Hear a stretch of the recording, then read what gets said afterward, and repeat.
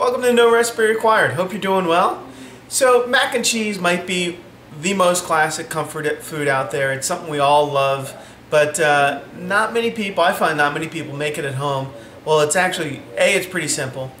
B, there's a standard technique that you can use, and then you can use that same technique to add different types of cheeses, vegetables, sometimes you put in bacon, things like that to really spice it up, make it your own. Let's take a look at a classic mac and cheese.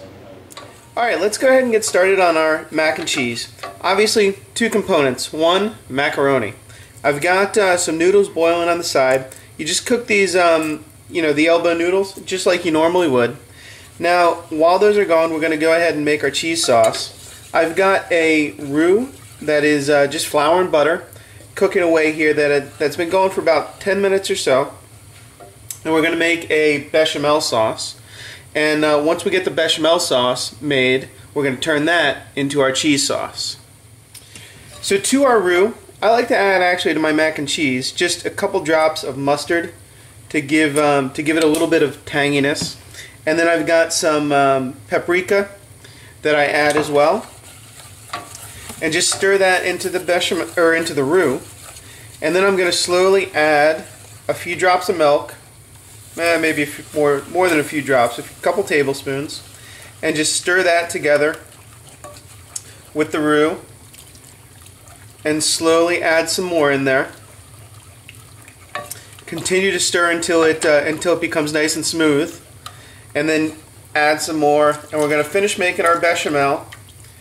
Once we get this done, we'll come back, we'll turn it into our cheese sauce.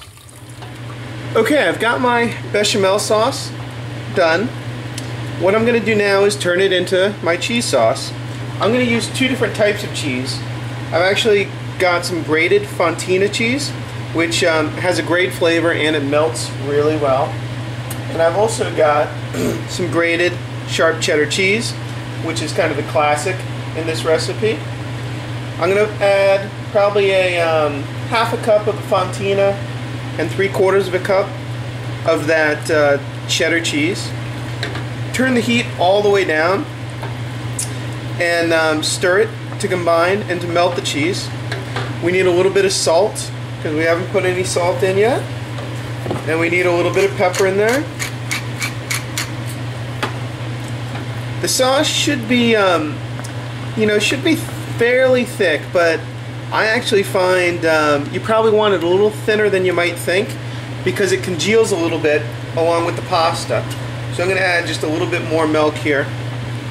The pasta, like I said, kind of sets the sauce a little bit more. So I like it a little bit thinner, like I said, than you might think. I've got this done. Let me drain off my my pasta, and we'll add it to the sauce. So here I've got my pasta drained off, and you do want to make sure you give it a good shake over there, because obviously these little holes can get filled with water, and you don't want to bring a whole lot of water to your nice sauce and have it diluted. So I'm going to add that to the pasta, toss it together. This is one more time to do a little bit of a check to look at the thickness or the thinness. I like it, fairly, like I said, fairly runny. I think even this could use a touch more milk. That looks good. Now we're going to transfer this into a baking dish, and I'm going to finish it off in the oven with a little additional cheese topped off. So here I've got a baking dish that I'm going to cook off or finish off my macaroni and cheese in. Now you want to make sure you taste your mac and cheese before you take it out of the pot. Make sure you've got the right seasoning for salt and pepper.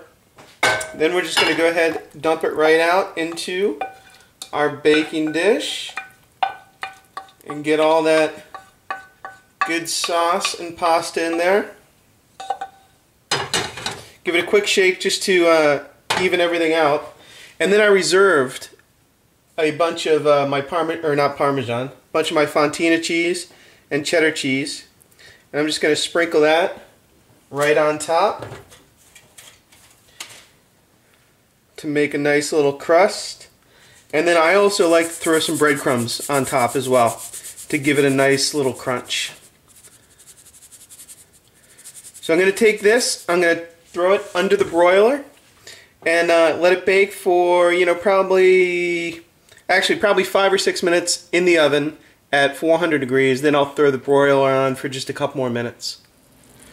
Okay, I just popped my mac and cheese out of the oven. It was in there about 400 degrees for 10 minutes.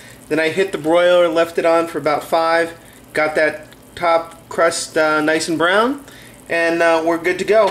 It is important to let it sit for about 5 minutes or so to set before you serve it up. Okay, after the mac and cheese has set, you can go in, serve yourself up a nice little spoonful. I like to, try and cut around, keep a little of that top crust intact. Lay it out just like that by itself or as a side dish. Can't be beat. I'll see you next time on No Recipe Required.